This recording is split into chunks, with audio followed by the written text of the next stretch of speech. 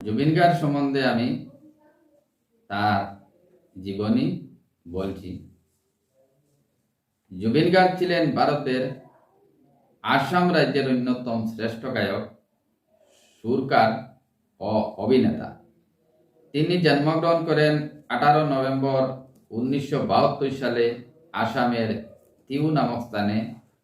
তার পিতা মোহিনী মোহন গার্গ ছিলেন একজন সঙ্গীত শিল্পী এবং মাতা ইলিবার কৌর ছিলেন একজন গীতিকার ও গায়িকা।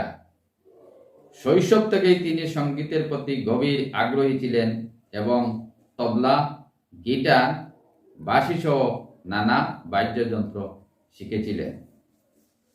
1992 সালে তার প্রথম অসমীয়া অ্যালবাম অনামিকা প্রকাশিত হয়। এরপর হিন্দি ছবি বিখ্যাত গান ইয়ালি 2006 থেকে সমগ্র ভারতে পরিচিত হন। জুবিন গার্গ প্রায় 40টিরও বেশি ভাষায় গান গেয়েছেন এবং 38,000-এরও বেশি গান রেকর্ড করেছেন, যা এক বিরল রেকর্ড। তিনি আসামের সংস্কৃতি, ভাষা ও সঙ্গীতকে জাতীয় আন্তর্জাতিক পর্যায়ে তুলে ধরেছেন। বহু তরুণ শিল্পীকে তিনি সাহায্য করেছেন এবং বিভিন্ন সমাজ সেবামূলক কর্মকাণ্ডে যুক্ত ছিলেন।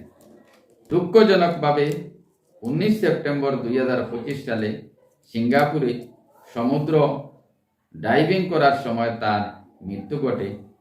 জুবিন গার্গ আজও আসামের গর্ব ও সঙ্গীত জগতের এক অমর নক্ষত্র হিসেবে স্মরণীয়।